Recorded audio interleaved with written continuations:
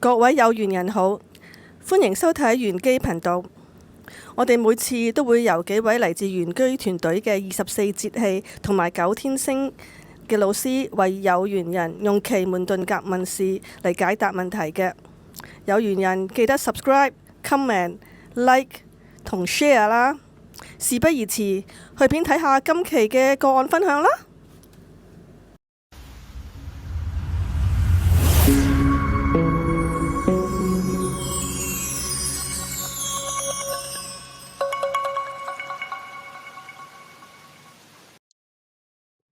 大家好，我係天鳳星老師。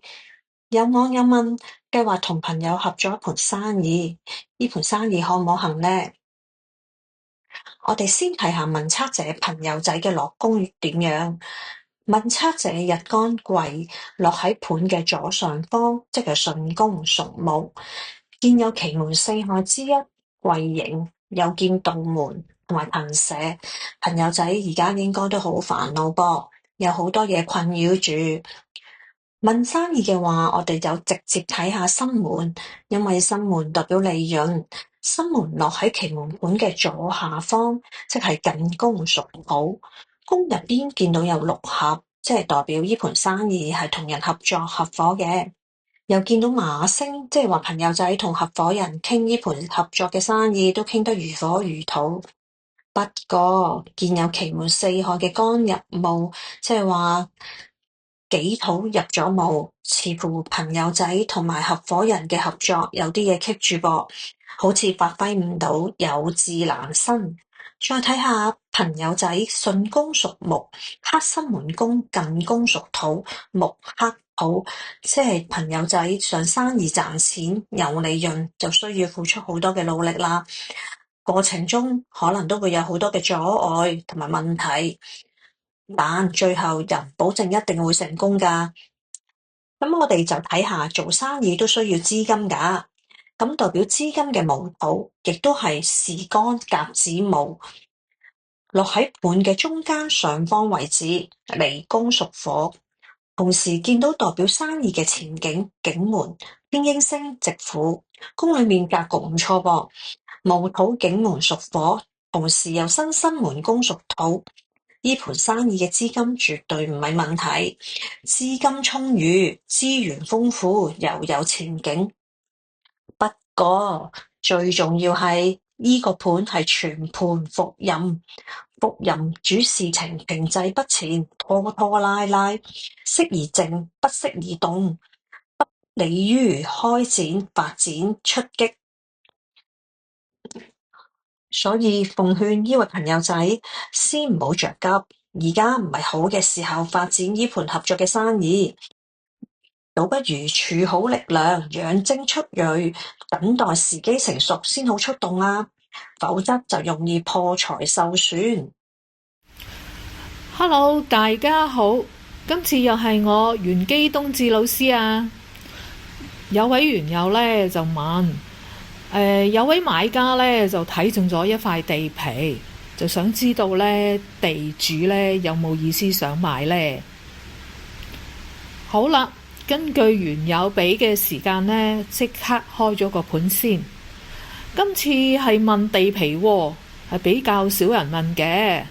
地皮究竟係用邊個用神宮呢？地皮其實死門就係代表呢個用神宮啦，就落咗喺坤宮呢個位置，就屬土嘅喎。咁我哋先睇下呢個地皮點樣嘅先啦。咁原來有天柱星係廢嘅，就比較雜亂啲啦。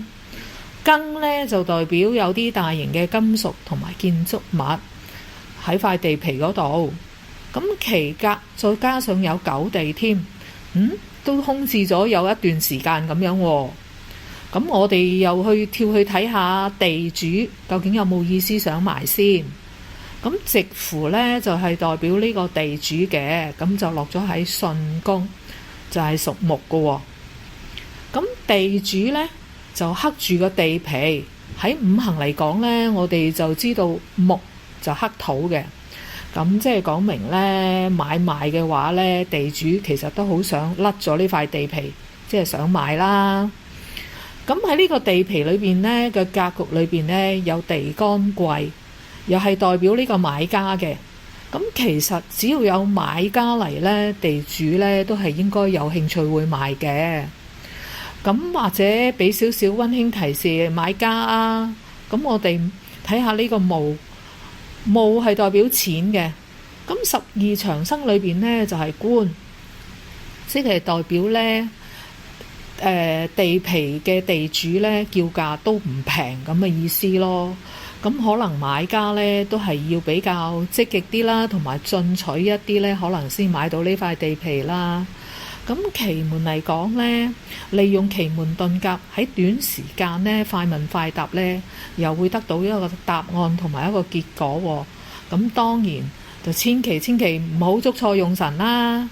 咁歡迎喺片尾留言或者同埋分享，你哋嘅支持係我哋嘅動力嚟㗎。下次再見。